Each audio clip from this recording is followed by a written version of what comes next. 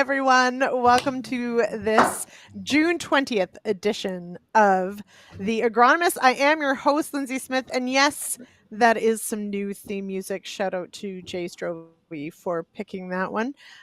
He promised me quarterly updates, so we're taking semi-annual. Apparently is what we're doing, but I love it, and thanks to everybody who has already hopped on to the live stream.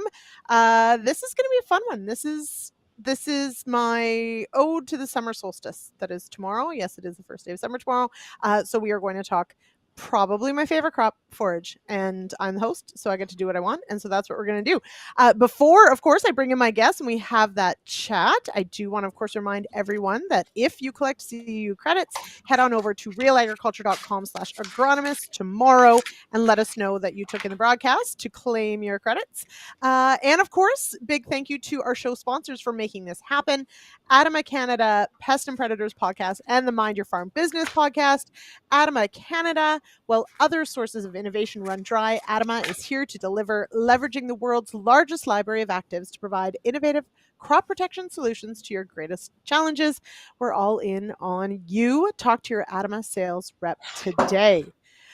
All right. Okay. So I think actually the Canadian cowman who has hopped on, yes, finally some sun in the forecast. It has been an interesting couple months, to say the least, as far as the spring goes. So let's bring in our guest to talk all about it and how we manage our forage crops through this. So joining me tonight is Christine O'Reilly with OMAFRA and Andre Bonneau with Sask Ag. Yahoo! Welcome here, Andre and Christine. Hi. Thanks, Lyndsey. All right. And Andre reminded me just before we went on air that we actually met in Edmonton years and years and years ago, which I think is fantastic. That makes me so happy. And apparently I gave him a t-shirt, which we do that once in a while. So now I have to send you a hat, and Christine, I need to send you a hat and a t-shirt. All right. So let's start where we usually do. So if you haven't noticed, I got too much sun today. So even with sunscreen, but it was very hot, very sunny. We finally got some hay baled. Andre, you are in Saskatchewan. Saskatchewan is a province of many tales this year. Weather-wise, crop-wise, how's it looking where you are?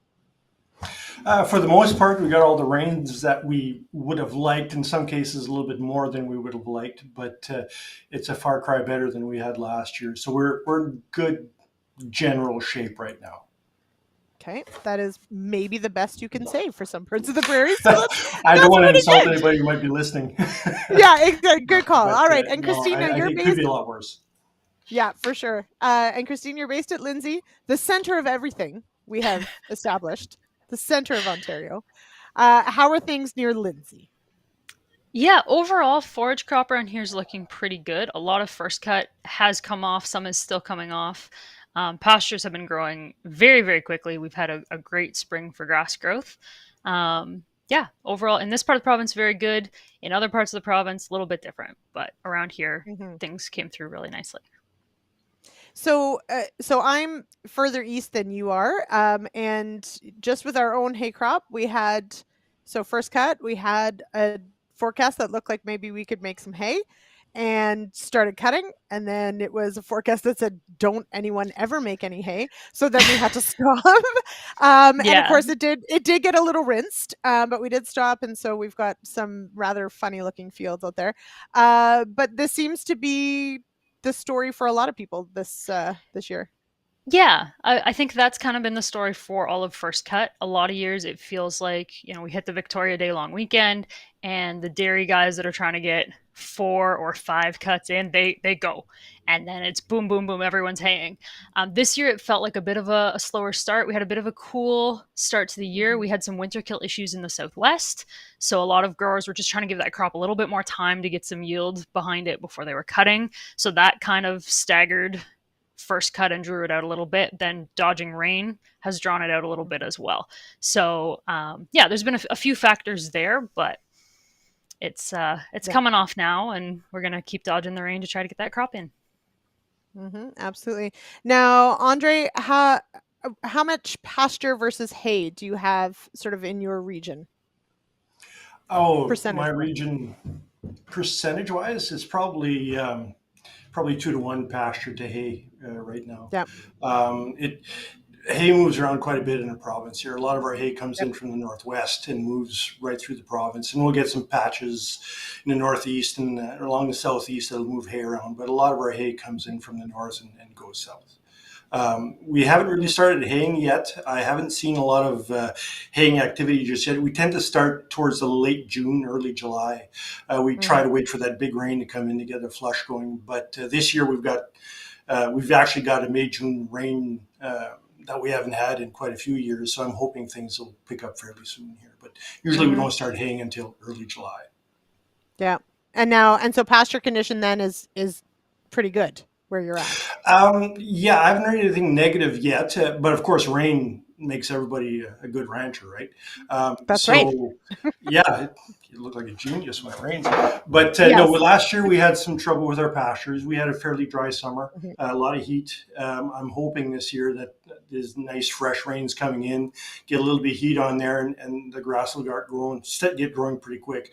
I know around Prince Albert here, grass is already knee high on pastures, on some of the newer pastures. But of course, down south, different grasses, different growing conditions, and it is starting to get going. I haven't heard many complaints yet as far as the grass. But it was a bit of a slow start for several parts of the prairies, really. I mean, even into Manitoba. I mean, excess water notwithstanding, just temperature wise, like it was spring took its jolly sweet time to arrive. So that doesn't help. And then we, of course, here in Ontario, we had sort of an interesting a warm up and some really hot weather, and then it like kind of cooled right off, which was, I don't know. Is that good or bad for the hay crop, Christine? I don't have a straightforward answer on that. Like grasses love these really mild, regular rainfall kinds of conditions. They really, really thrive in that. We've seen that if you look at any grass hay yields, if you look at any pastures, like they looked great. Every year there's always discussion of, is the alfalfa and the hay, are their maturity dates different? Because alfalfa is far more sensitive to temperature in terms of when it starts to enter its reproductive growth stages. Grasses, it's basically just day length. They're going to head out the date they're going to head out, give or take a day or two. And it's just, did they have great conditions to put on a lot of biomass or did they not? Whereas alfalfa, because there's a heat component in there as well, yes, cool years can widen that gap, but I hear, alfalfa's behind the grass every single year. So, like, guys, that's normal. I think it's supposed to be. Yeah. It's so supposed to. If it really bothers you, pick a grass that matures really late. It'll be okay. Yeah. There you go. Just not Timothy. Andre, I should warn you, we're not, well, and I'm using the royal we, not giant fans of the Timothy crop. How about I'm not you? a big fan either. Tiny leaves, lots of head, all stalk. You can ship it anywhere you want, but just don't ship it to my place. I don't really there. Christine is like pleading the fifth on this one.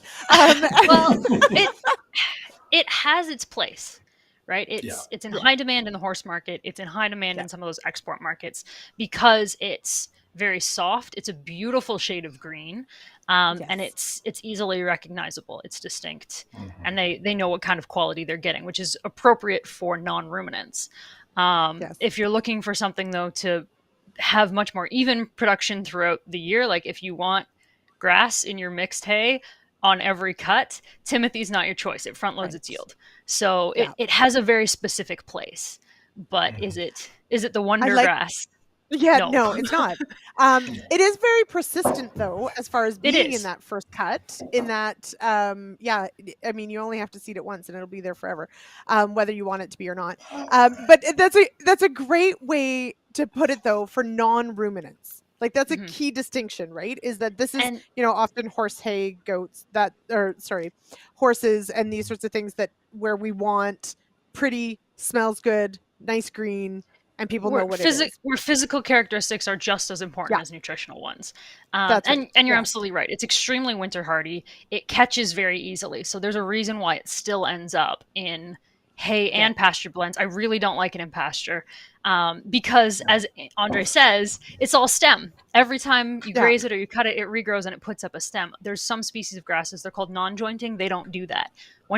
They'll put up a seed head the first time, they'll put up a stem, and then once they've been cut or grazed, it's just leaf regrowth. So things like orchard grass, Perennial ryegrass Meadow are the two brome. off the top of my head. Yeah, meadow brome is a non-jointing grass as well. So those are fantastic in pastures because you don't get all that stemmy stuff that they're going to try to graze around and, pink eye in your cattle and stuff. So, that grass species choice can be a big difference between a pasture blend versus a hay blend. Obviously, dual purpose, that line gets blurred, but... Yeah, and meadow brome is pretty terrible for, well, in my experience, haying meadow brome is actually quite tough because it's really tough to cut the way it's set up. So you're right. It's very much a grazing type of grass. Yeah, which is, I will note the pink eye happens in sheep as well, Christine. The physical damage to the eye of all those stemmy things also happens in sheep. And you're right, Christine. You were promised that the next time you're on the show, we could talk about sheep. We got our sheep moment, Lyndsey. There we go. But Andre says, no, we're only talking cows. So it's okay. I promise we'll mostly only talk about cows. Fine. Okay. No. Okay. But really great point. And I mean, I've got all sorts of questions. I got lots of clips that we'll get to. But a really good point in that difference between when you're establishing a new field or rejuvenating a field or those sorts of things to first delineate, okay, is this a pasture? Is this a hayfield? Do I need it to do both? And so Andre, how important is that when you're choosing those species to first determine what you want this thing to do? Well, yeah, I know a lot of people I talk to in the province here when they go to put in a new stand, what they're trying to do is hay it for 4 to 5 years and then put a fence around it and graze it. It turns into pasture. If you're going to do that, you want to try and put together a mix that's going to provide both to you. Like you talked about the jointed grasses, you talked about the unjointed grasses like the meadow bromes, legume every time, whether it's a bloat-free or an alfalfa or both. Right, I'm okay with both. So a lot of times when I talk to people here, we'll try and set up something that's going to change over into a type of a pasture. But like Christine said, if you're going to put a hay field, I think in my mind that you can do a much better job of putting in a hay field with the right species in there and run it as a hay field as long as you possibly can. Well, there again, we can argue that. But if you're going to put in a pasture, put in a pasture. I don't like the idea of combining them both. Yeah. I would much rather just hay or pasture and deal with it the other way. But you're looking at different soils and kind of productive requirements there too, right? You don't, pasture is generally on poorer land. Hay, I'd like to see on much better land to get the production up on it. Like I said earlier, hay to pasture is 1 to 2 or 2 to 1 pasture to hay.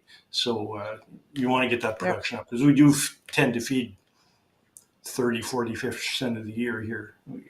6 months of hay of feeding is not uncommon here.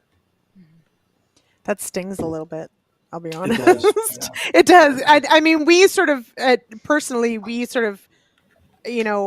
we're working very hard to extend our grazing season so that we're not feeding stored feed that long. But I mean, we can even be in that boat too, depending on when the snow comes and those sorts of things. So we sort of plan on that, but we're trying very hard, and we can talk about that too, about extending the feeding season potentially as well. But Christine, your thoughts on?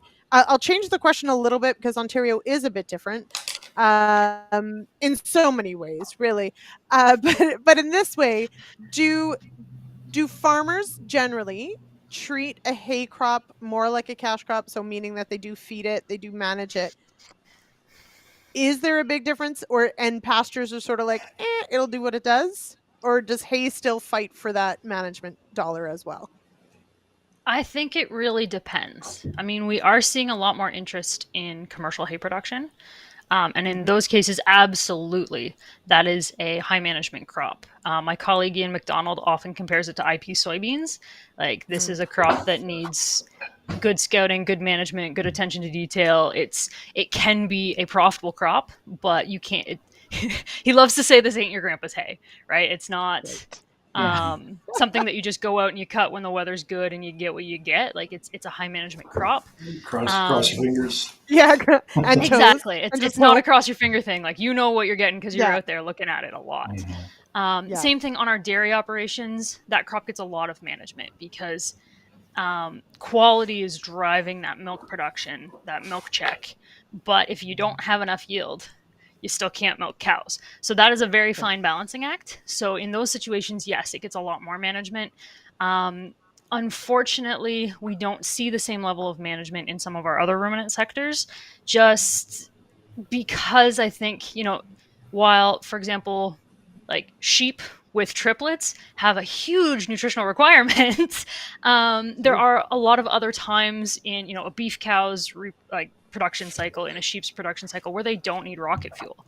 So you can get away with higher yield, lower quality, and still meet all those production targets. Body condition score stays good. Gains on young animals are in an appropriate place. So there's maybe less of a push to do it, like that really high management, but there's also room to improve that, because we do, see some pressure with high grain prices on those hay acres. And if we can get more hay off them and better management there's an opportunity. Absolutely. Yeah. Of course, you brought in now a couple different points and things that I do want to talk about tonight. So one of them, talking about extending the growing season, and that, fighting for acres, for sure. Fertility is a big one, though. I think, managing a pasture or managing a hay crop. We have varieties and that can really perform, and we've got good science that can inform how we manage these stands, but we have to put these together so that these crops really do perform. And personally, I get a little frustrated because pasture can do amazing things, but you have to manage it, and you don't necessarily manage it the same as a hay crop. For sure. So let's. It's about that time. I should go to a clip, and I don't know if I want to talk building fertility. I think that's where I want to go. I think I want to go to the Bart Nardler piece about building fertility, because this is a big one, and he does bring in a couple examples and discussions about doing bale grazing or different things that you can do to build your fertility on some of these pastures. So Jay, if we can go to clip, I think it's 2 with Bart.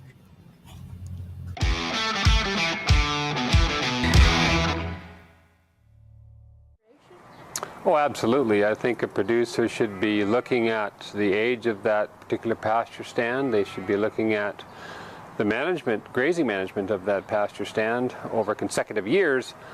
And we typically see that perennial pastures, once they're seeded, will start to lose production, will start to reduce biomass and quality after that 4th or 5th year. And so there needs to be an approach beyond that for some type of management strategy.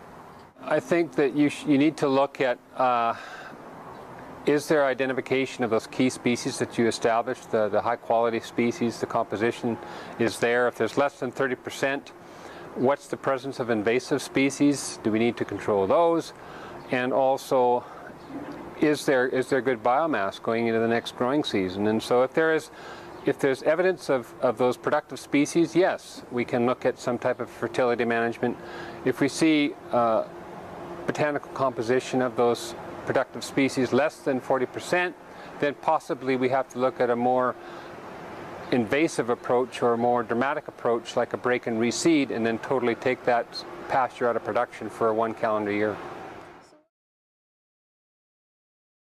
Well, really it's about a fertility program utilizing inorganic or organic sources of nutrients. And so you have to justify the cost of buying inorganic sources of nitrogen or phosphorus, like urea or ammonium nitrate, or do we use livestock manure, beef cattle manure, when we know there's obviously levels of phosphate and or ammonium or nitrate nitrogen in beef cattle manure, and so is that going to really benefit that pasture long term? Well, we go back to ways of rejuvenating pasture by managing our beef cattle through that fall or winter program, and bale grazing is a great strategy. However, I think it's really dependent on the animal density that you're using out there. We've done some work out here at Western Beef looking at high stock densities on a bale grazing program, say 800 cow days per acre, and we've seen the benefits of bale grazing on those sites. In fact, we saw a 2 to 3 times increase in soil nitrogen the following spring, and a doubling impact of the biomass the following spring too from that bale grazing event. We've also done some extensive bale grazing on annual crop field where we used a lower stock density, 140 cow days per acre. And we saw obviously lower levels of phosphorus and nitrogen being left out there in the field the following spring.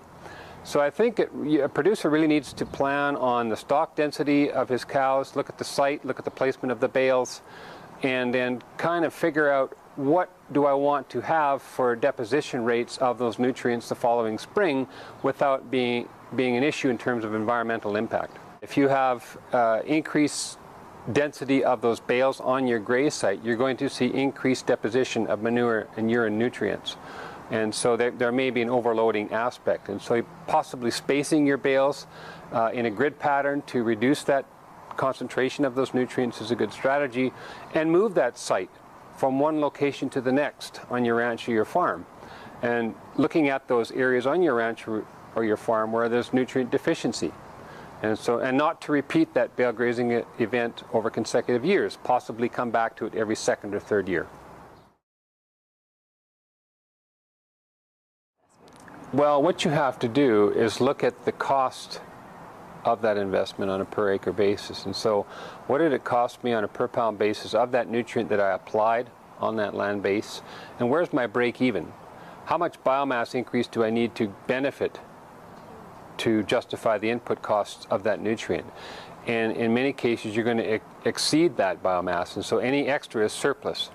And so if you see that surplus and you're able to meet your break even point, you just increase your stock density. You can increase your grazing capacity, your stocking rate of that particular land base if it's a pasture, or you can also utilize that by increased yield if you're taking that particular forage as a hay.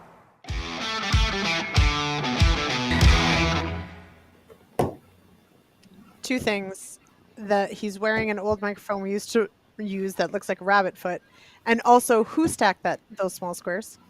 Those were not in any way, shape, or form an acceptable stack of small squares. Not that anyone should be using small squares, but I'm just saying. Anyway, I'm pretty sure Jay might have recorded that one, producer Jay, who's on right now. It was a better backdrop than maybe, I don't know, a wall. Okay, before we talk fertility, I do want to, of course, thank our sponsors of tonight's show, ADAMA Canada, Mind Your Farm Business, and the Pest and Predators podcast, which is brought to you by Field Heroes, and a new episode is out every other Tuesday on realagriculture.com, either on the website or wherever you get your podcast. And there was a new one just last week, so that one's on spiders. And it's a really good one. I highly recommend it. And there'll be a new one next week. So check that out. Okay, let's talk adding fertility. So now bale grazing, Christine, I'll have you know, yes, we have done it. Yes, we have tried it. It does happen in Ontario. Ask me how many times we'll do it again. With sheep, 0. With cows, probably lots. Anyway, so it is an interesting way to do things. Andre, is this gaining momentum? Tried it, not going to do it again, staying steady? How much bale grazing is happening out where you are? There's quite a bit more every year. Just the fact that we're adding nutrients to a pasture or a hayfield or wherever you're feeding that weren't there before. So you're increasing your nutrient load on each one of those parcels. It's really important. I remember when Bart and his people were doing that work in Lanigan. It was incredible to see the change from one year to the next. It's just incredible. But the one thing I tell people when they're thinking about this is to remember where the hay came from and where you're going to feed them, right? You're adding nutrients, but if you're going to bale those bales, pull them into the yard and then go stack them back in the hayfield you picked them off from, and that's where your cows in there, you're not really adding anything to your nutrient load. But as some people will tell me, like especially to the west of here towards Lloydminster, they'll buy hay from their neighbors, bring it over onto their own hayfield and feed there. Now they're adding all kinds of nutrients that the hayfield had never seen before and fertilizing it that way, adding organic matter, nitrogen, phosphorus, the whole bit. It's a really sweet, really beautiful way of fertilizing your fertilizing your pastures or your hayfields without throwing on fertilizer. And without having to move manure. They spread it as they go, which is nice. Yeah. Now there is, of course, the opportunity to potentially bring in unwanted species, though, as well in weed seeds, right? So, of course. Yeah. So, Christine, have you now, maybe not bale grazing per se, but even moving hay between areas? How have you heard of farmers that end up with weed issues that they blame on hay sources? You're assuming we don't bale graze here. We definitely bale graze in Ontario. I have heard mixed responses about how it went. Okay. Do Usually, if share. someone's disappointed in how that went, it's because weeds came up. Now, whether there were weed seeds in Right. the hay or there were weed seeds in the soil seed bank that had an Yeah. opportunity to come up, because you're setting a bale out on an established forage stand or an established pasture, that bale's going to smother whatever's underneath, which means you've opened up some bare soil. You've also got some pugging damage around that bale from livestock hooves. You've opened up some bare soil. So there's an opportunity for whatever's already in there to get going. Yeah. Now, if whatever's in your soil seed bank is stuff you want, that's fantastic, because what Mhm. bale grazing can do that other fertility programs can't do is you're getting that animal impact, right? So you're getting fresh manure rather than stored. You're getting urine, you're getting pugging. So you're creating all these like niches and microhabitats for soil microbes and stuff.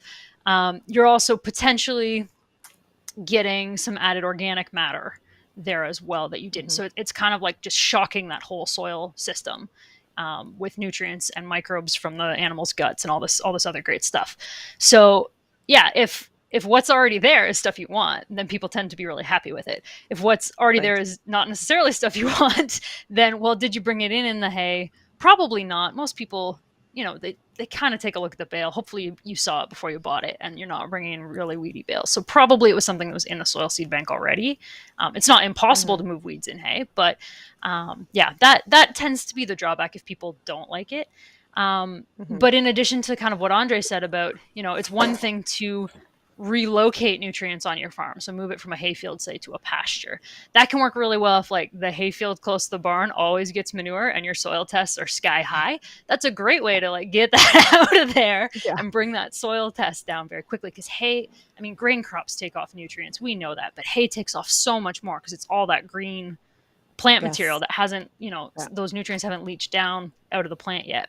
So that's an option. So you could relocate it to redistribute nutrients on your own farm. You can buy it in, so it's feed Mhm. and it's fertilizer.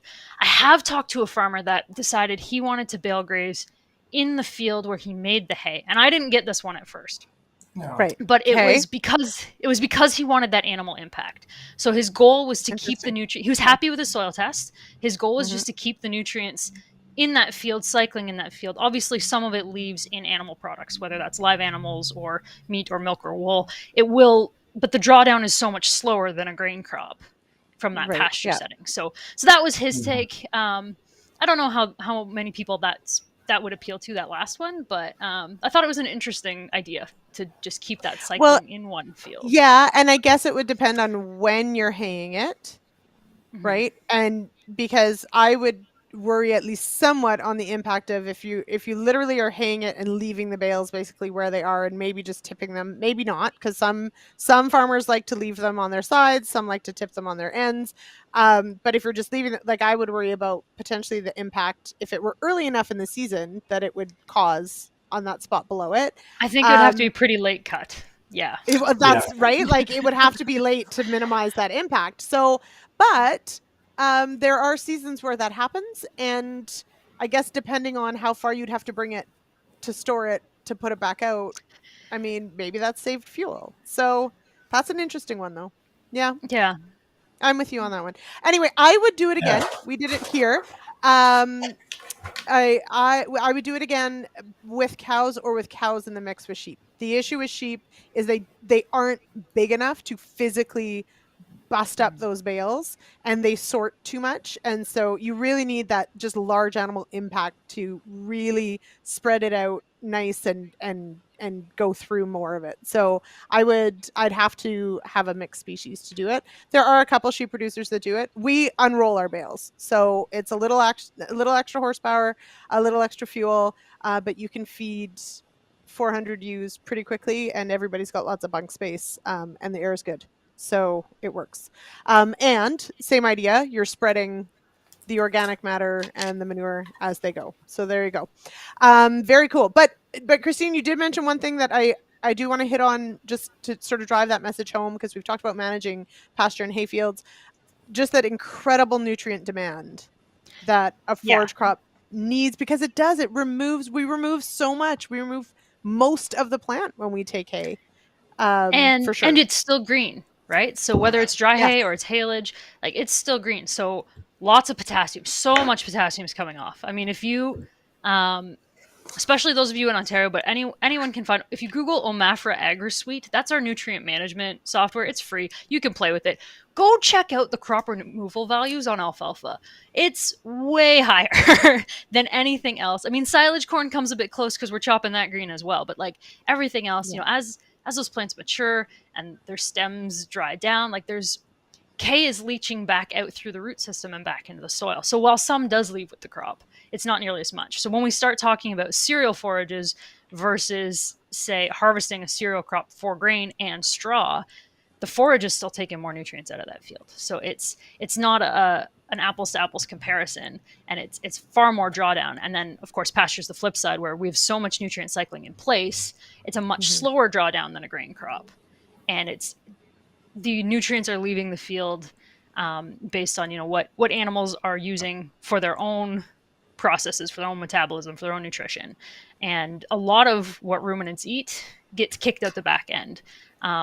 Based on what research paper you read, I've seen values kind of between 60 and 95%. I feel like 80 was kind of the sweet spot that a lot of extension people kind of go with.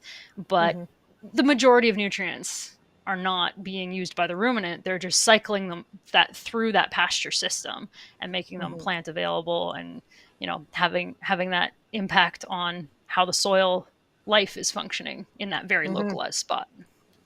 Now, Kara's go ahead, Andre. Well, Kara's got some good questions about drought impact, so I definitely want to go there. But Andre, you go ahead. Okay. And then I was just going to mention, I've got some clients who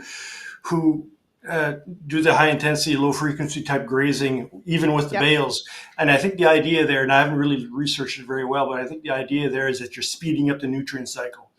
Where you get these huge pastures with 40 cows moving around all over the place, nice and slow, you're not getting that bang that you would with 400 cows on 10 acres for 15 minutes type of thing. It's exaggerating, but you know what I mean? And I think a lot of people. I don't know. I've seen some mobs they're pretty intense. Yeah. But well, I think the whole point there is to speed up that nutrient cycle, and I think you get that bang out of it.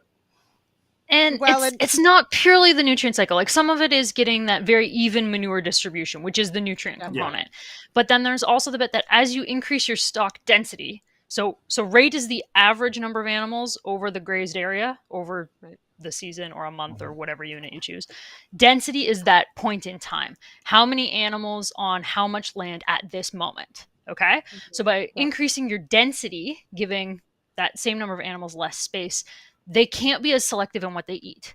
So it's like the difference between us going to a buffet and just picking and choosing what we want to eat. That's a more normal, like continuous or a few paddocks rotational system. These mob grazers are trying to say, okay, here's your ration ticket.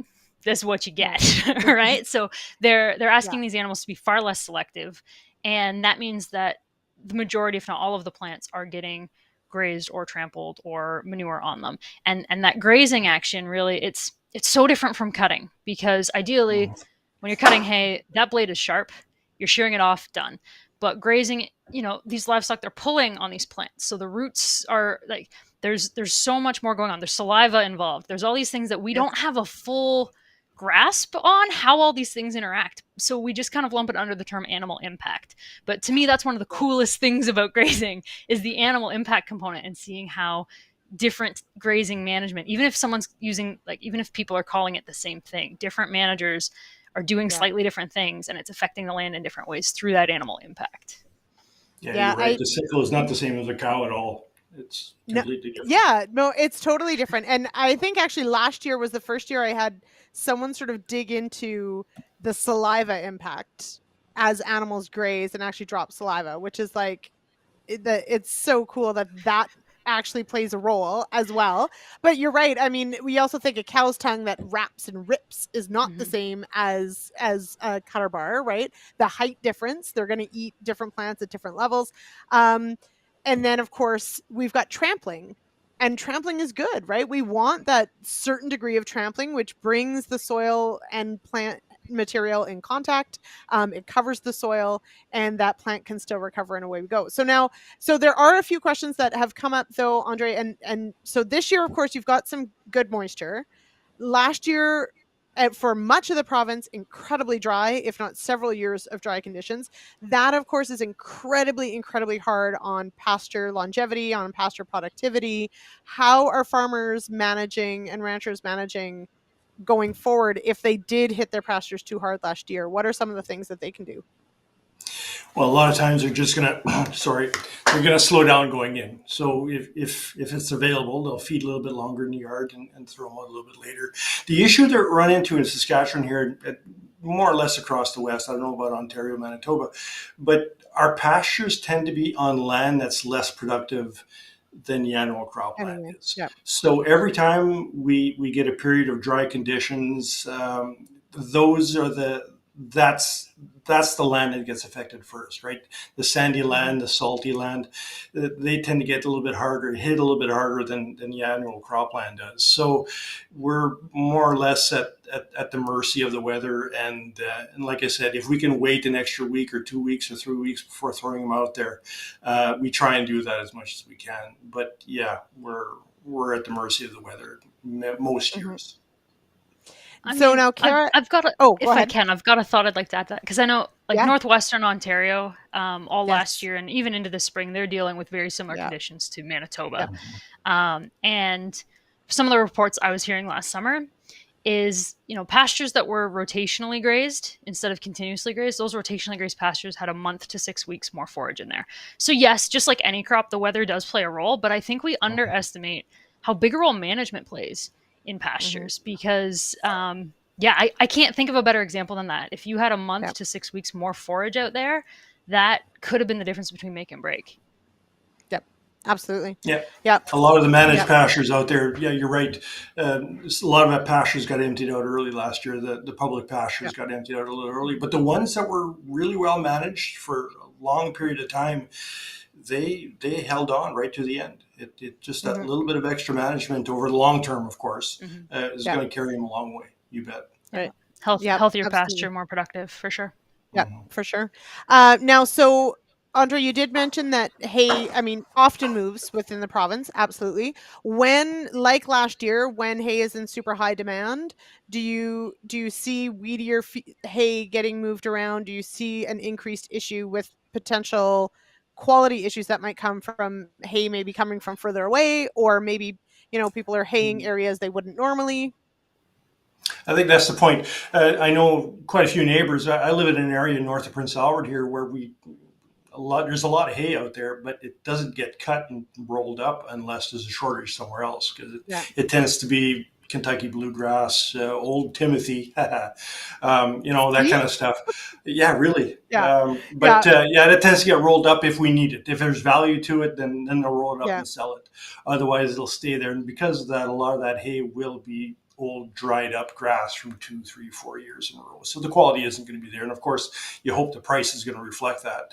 But, in years like we had last year and the year before, a lot of stuff gets cut that wouldn't have been cut otherwise. As far as the quality stuff, most of that hay is, usually spoken for already. Especially, I keep talking about the Meadow Lake northwest corner of the province. A lot of that hay moves south and west actually into Alberta. So those clients are already lined up, and a lot of that hay is already spoken for. So if you don't have enough hay of your own, you're probably going to be finding some poor quality hay. And you mentioned the weed issues. We do have some weed issues out there with common tansy and leafy spurge that does get spread around if we're not careful. Yes, which goats like to eat it, but I am not advocating that anyone get goats. Okay. So I have a few. They are a consequence, not a choice. I'm just kidding. I quite like them, but they don't stay in fences. So that's the end of that. Ray comments, and I completely agree to Christine and Andre's comments. You got to be smart to well-managed forage. Absolutely. It is complicated. Oh, right. Kara is now offended because Kara has goats. Yeah, but your goats are super cute, Kara. So it's totally fine. Anyway, also north of Prince Albert is Solitude, Pickerel, Canoes, and Black Bears. Is he correct, Andre? Yeah. Is that the list? I saw 3 of those 4 things this morning. I'm going to try and guess which 3. I don't know. Now, anyway, I'm going to guess, is Pickerel, do you go fishing in the morning? Okay, maybe. All right, tonight, of course, is flying by because it's too much fun. But I want to go now. So this is, we talked briefly about this clip before we went on the air tonight. And I wasn't entirely sure if I was going to run it because it is kind of ancient in terms of social media. But this is a clip with Jack Kyle from several years ago, filmed at the Outdoor Farm Show, talking about extending the grazing season here in Ontario. And so I want to play this clip because I want to talk about what, if anything, has changed sort of since then, and then sort of just bring in that conversation of getting the most of our pastures, our hay, and maybe extending that grazing season and some of the things we can do. So Jay, if you can roll the clip with Jack Kyle.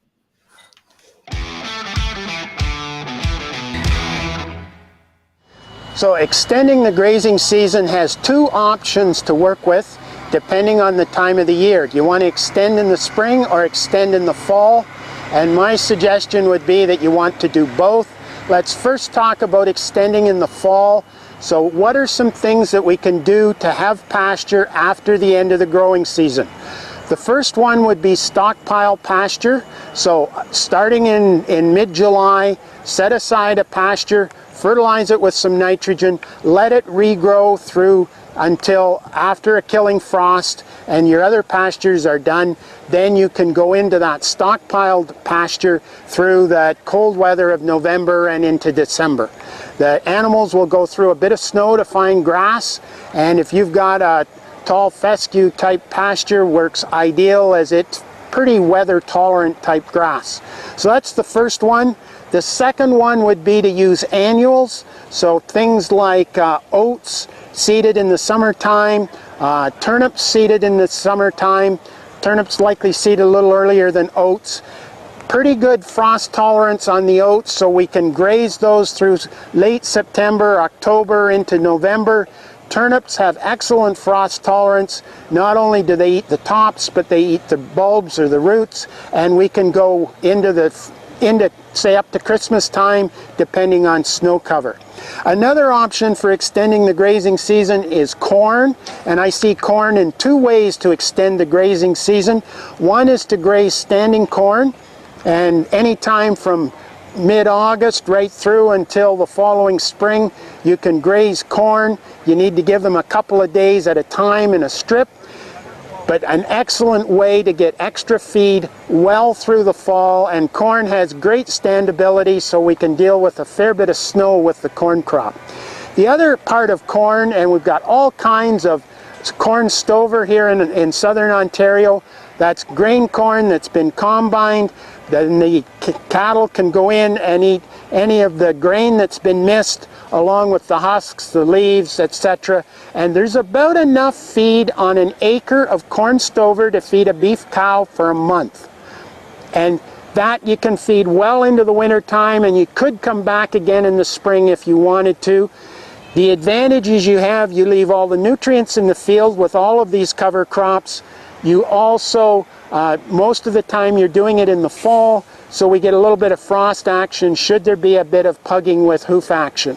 So excellent way to extend the season well into December and maybe beyond. So those are the fall options for the grazing season extension. The other place to extend the season is in the spring, and likely the best option to do that is with cereal rye planted in September, and it'll give you a little bit of growth in the fall, but not likely enough to graze very much. But cereal rye starts to grow early in the spring and will be the first plants growing in the spring. You can graze it off early before you start on your perennial pastures, and then that field you can then go into with a soybean crop or a little bit later corn crop, because you'll be done with that rye by somewhere between, well, the last 2 weeks of May. So that gives you, likely we'll add a couple of weeks in the spring with using cereal rye, maybe even 3 weeks.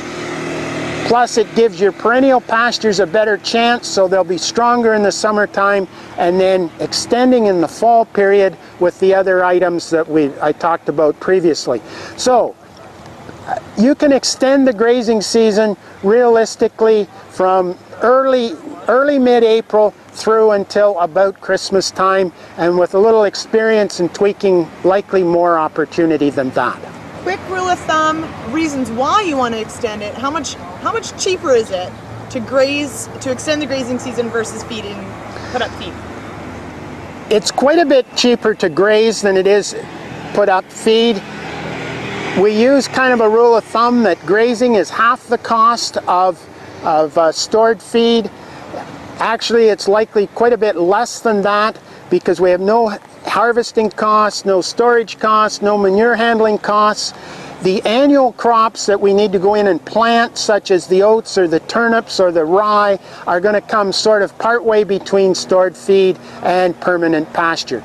But the savings will be significant. I just did a calculation on feeding a cow. Today's hay prices was about $2.50 for hay versus pasture at about a dollar. So $1.50 savings a day on using pasture or crop residue. So that's pretty significant. That's $45 a month cost saving for a cow-calf producer.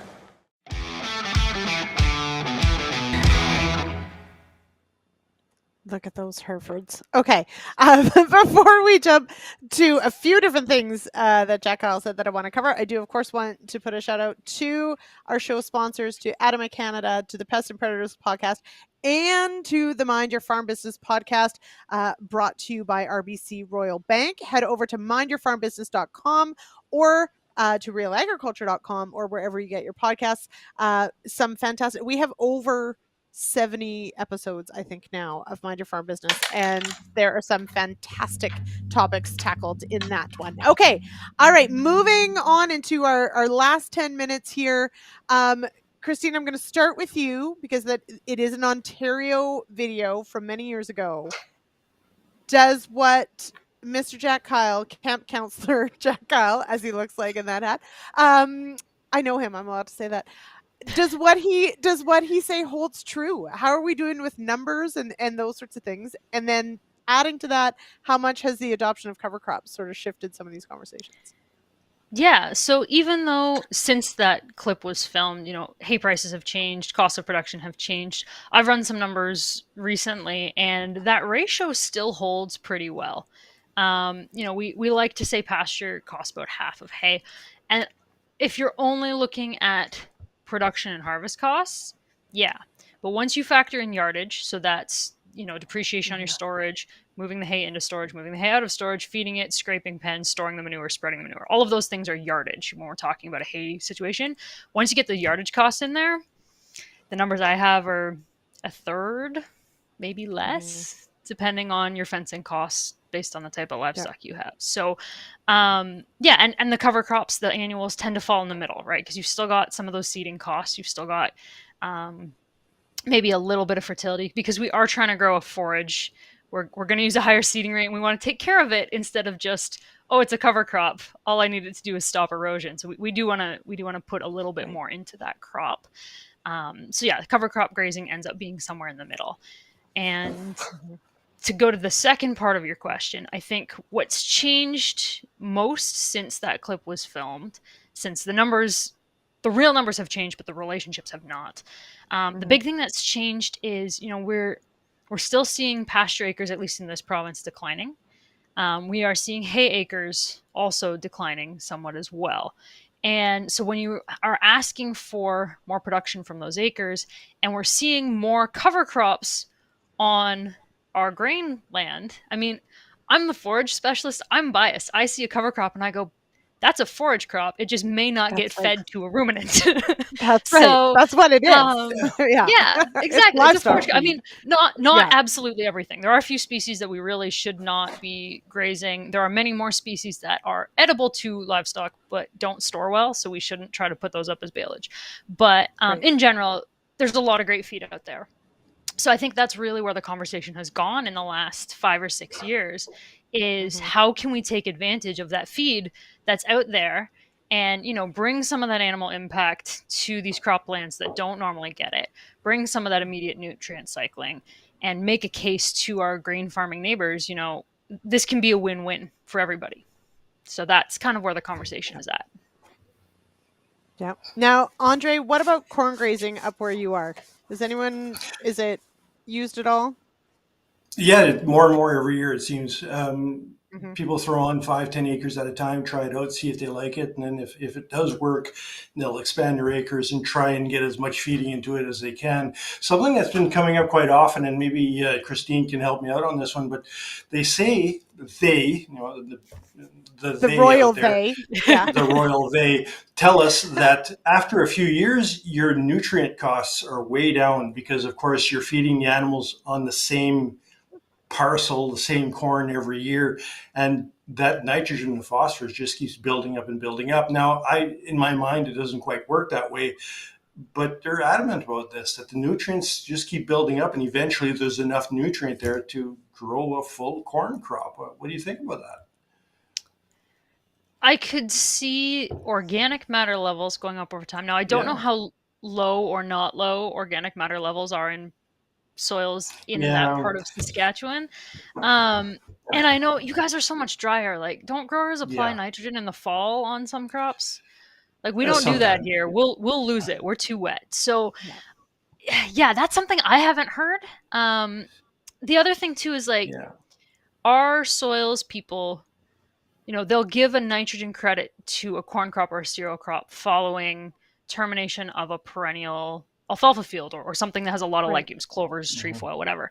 So there's a nitrogen credit following those. There's a nitrogen credit following a soybean crop because it's a full season crop. But very often we have a hard time with a nitrogen credit for like a cover crop that has a little bit of legume that goes in kind of late. Like they're not giving an end credit for that. So I don't know. I don't know how that would work. I'm not saying it's not true. I've never come across this idea before. Well, no, I think the idea here is that they'll fertilize fully. They'll give the full package of the nutrients they need when they seed the corn, and of course they feed that corn that's grazed usually in the winter, late fall, early winter. So there's not a lot of breakdown in organic matter, and I'm told that the nitrogen stays relatively stable until it breaks down in the summer or in the spring, and it kind of sticks around in the organic matter. And like I said, after a few years, they claim that the nutrient requirements are actually quite low after a few years. I'd like to see how that works. I'd like to believe it. I'd like it to be true. I'm just a little confused by that. But and is that corn on corn? Like that's they're grazing that corn. They're grazing that corn over and over. What kind of grain yield would that crop get if you were taking it as grain? I wouldn't know.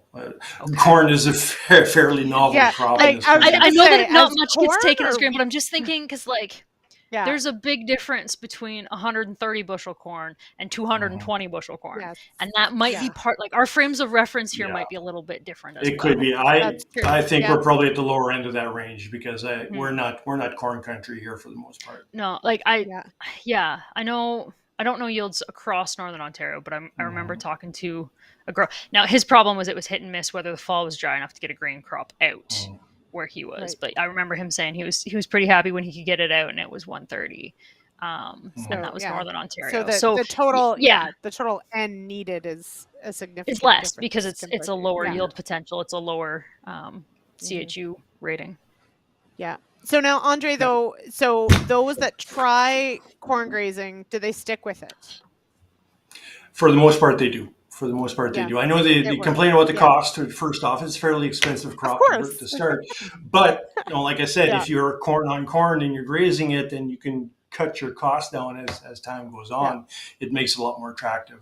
But like I said, I got to be careful to your listeners that if you're going to try this, please ask around just to make sure it works, because I don't want phone calls. No one call him except for with good questions. So certainly, I mean, grazing corn or grazing crop aftermath. So, corn stover is certainly one of those. What about swath grazing, Andre? Is anyone doing any swath grazing out where you are? Swath grazing, it's a tough one. Yeah, I know it was very popular for a long time. You can graze right up until calving if you wanted to. The issue comes up when the price of barley and the price of oats come up, because now your opportunity cost gets quite expensive. And you know, many years where the price of barley gets to $4 or $5, $6 a bushel, it's cheaper to put it through a combine, sell it, and buy some hay than to actually run that through a cow. However, we do have some enterprising people out there who are saving chaff. They are piling chaff. Yes, I have seen this. Yeah. Once upon a time, we used to inject it with anhydrous ammonia. Now we don't see very much of that anymore. But injecting it with hydrous ammonia, get the protein, well, the nitrogen, which turns into protein eventually, get that back up again for backgrounding heifers or steers or something, works really well. A good way to pick up weed seed, feed later into the year. Some of the systems we use here, they'll actually leave piles of chaff in the field, in the crop. So if you're fenced off, you just throw your heifers out there, your steers out there, and let them pick through it and clean it up as best you can. And that's getting to be more and more popular here. We're seeing that it's managing what would normally be an organic waste, I guess. Yep. Well, and I mean, ruminants do a pretty good job of recycling things. So let them go hoover it, guys. Let them go hoover it. Okay, Gord Speck-Snyder has a question. Further to improve nutrient cycling, what animal impact to soil structure or health are you seeing? So, Christine. I know Gord. Gord, you should know is Gord. A crops guy. And this, I think, is coming from the number one question I get from crop producers who do not have livestock and are like, okay, people are talking about grazing cover crops. Right. Soil compaction. They're all very, very, very worried about soil compaction. Absolutely. And I want to reassure you on two fronts. First of all, any producer that I've talked to who has done this, they all said, yeah, I was a little concerned, and then I tried it, and it was not a big deal. So if you've got enough down pressure on a no-till planter, a no-till drill, it'll go right through, no problem. The only times producers have run into issues is if they are, say, feeding a bale because they ran out of grazing, but it's not quite time to put the livestock on their perennial pasture. If you're feeding in one spot, especially if you're using a tractor to get that feed out, then you're going to get some compaction, you're going to get some ruts, you're going to get more pugging damage. So there are specific situations where you may get some spots that are a little rougher, but it's generally not the whole field, and it's generally not a big deal. The other point on which I want to reassure you is the sciencey bit. So you know how once upon a time we were all told that freeze-thaw cycles and plant roots and wet-dry cycles will bust up compaction, so we don't have to worry about compaction. It's not a big deal. And then, recently we've had all kinds of scientists and ag extension folks telling us, actually, that's wrong. We can actually get compaction very deep through a soil profile when you drive a 7-ton combine across a field. Yes. I want to reassure you that there's a big difference between equipment-caused compaction and livestock-caused compaction. And all of those old-fashioned, natural things that bust up compaction hold true for livestock. Because generally, if they cause compaction, it's in the top 2 inches of the soil, right? Those hoofs are designed to slice a little bit, and even your biggest cow does not weigh anything close to what your tractor weighs. So, so all of those natural things do help. Occasionally, yes, it does get bad enough. We need a little bit of tillage to level it out and start again. But mild to moderate compaction, not really a big deal, and it doesn't go very deep. So it's the sort of thing, yes, keep thinking about compaction on your equipment and tire choice and axles and all that other fun stuff. But from a livestock perspective, if it's going to be really wet, pull them out before they trash the field. Prevention, but the cure is much simpler. Mm-hmm. Absolutely. Also, I will say we have grazed cover crops with our sheep, but we rotated them across the field. And so they were never in one area that long, that even when it did rain in the fall, they were trampling. So there was lots to cover the soil and they weren't there that long. Sheep hooves are also very tiny compared to cattle hooves. But still, even a very large cow is not a tractor. So there's that same strategy, frequent moves, that works well with cattle as well. So that's not unique to sheep, and that's even manure in your crop field in terms of distribution and minimal pugging damage because they're moving all the time. Can I just say my favorite word of the show has been pugging? But anyway, okay, go ahead, Andre. No, I was going to say that a lot of times when we run across compaction issues on, especially annual cropland, often I feel it's more of a soil issue than a livestock issue. You think about it, you're seeding only 2 inches deep for years on end, and nothing below that point is getting stirred up a whole heck of a lot other than the roots of the actual annual crop there, which is not a lot. So if there's a perennial in that blend, and there's that little tick that I got to check off, that everybody should have perennials on their cropland every once in a while, just to break that up a little bit. If that's the case, those animals aren't going to do any compaction damage. And you think about it too, that you say it's a fairly big cow, a 1,400 pound cow on 4 points, and it's actually a lot of pressure in that little toe that she's got. Yeah. But like you said, those hooves are kind of pushing everything out of the way, and it's kind of distributing that weight a lot more than the tire of a combine would, for example. I love the plug to get a perennial in your cropland every once in a while. Yes, Do it. I do it. I love it. So Well, Gord was saying, no, go ahead, Andre, and then I'll. No, I was going to follow say that, we've got some incredible forage species out there. We've got alfalfas that people cry for. We've got grasses that are incredibly good. But, if we were to start treating some of this alfalfa and some of these grasses like we do in Saskatchewan here with canola, watch out. We would have grass like you wouldn't believe. Just the effort, we put the effort into those crops that those varieties were meant to do. It would be incredible crops out here. We would have half the problems that we have. But we're putting it on poorer land. We're not fertilizing it as much as we should be. And we're trying to make it live 8, 10, 15 years. So we got to tighten it up a little bit, guys. Yeah. This might be a good time for me to plug Forage UPick. So if you go to, it's with the Beef Cattle Research Council. It's on their website. So if you go to upick.beefresearch.ca, basically it helps narrow down your species option if you're looking for a custom seed mix. Right now it's just for the 4 Western provinces, but there is a collaborative project underway to get it expanded to the 6 Eastern provinces as well. So you click through and you pick about 3 goals. If you answer all 10 questions, then you've filtered it down too much and you're not going to get any suggestions at all. But you tell it where you are. You tell it where you are and kind of pick your top 3. So is it hay? And I've got, because it's the West, salinity issues. We don't have those here, but that's an option for the West. And you pick kind of 3 things that are important to you, and then it will give you suggestions of species that should do well in that field under that kind of management that you want to do.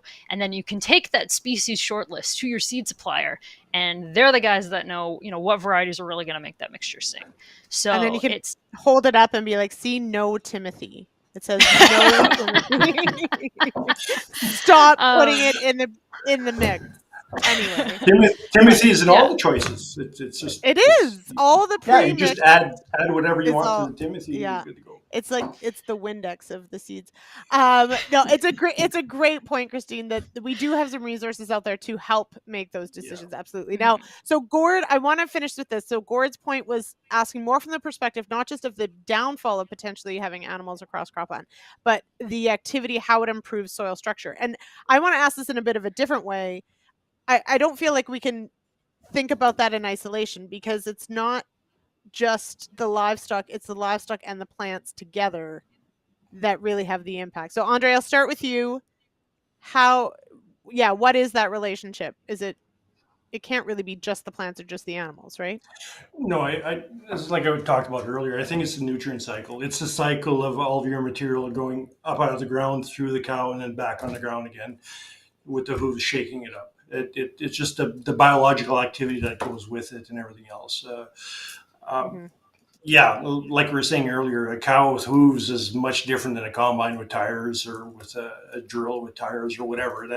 That whole system moving around the pasture is going to be a lot more active biologically than almost anything else you could do out there. The soil structure, right, is what you're looking for. That soil structure to prevent compaction, and you're going to get that with that biological activity. Christine, your thoughts? Before we go way over time. I think this is the sort of topic that falls under that animal impact heading that's super vague, and I don't have great answers for you. Sorry, Gord.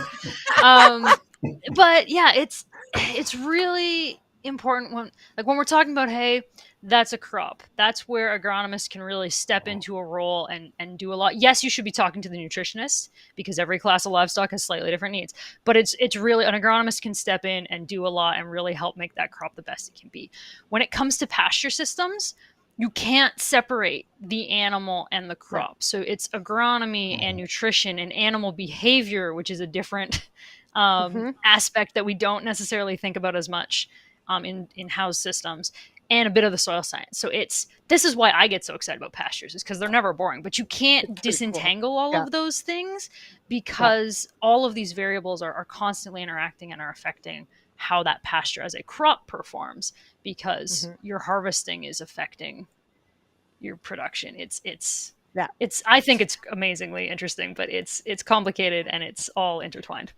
It is incredible. It's delightfully intricate. And I will mention, thank you for mentioning animal behavior, because that is one of the ones that, of course, if you work with livestock, you do get to know. But as an example that some maybe crop people don't think about, if you give animals lots of space, our ruminants are typically prey animals, and sheep especially, my sheep will find a high open spot. And it won't matter how delicious the feed is somewhere else. They will overgraze a high open spot because that is their best vantage point. So if you give them a whole open pasture, they won't make use of it for all sorts of different reasons. But one of them will be because they're safest up on the high open spot.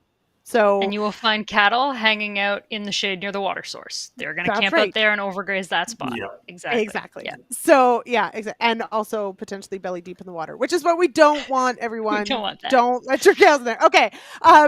We have to go before this thing times out on us. But thank you so much. Thank you to all the comments, to everyone who's joined us tonight.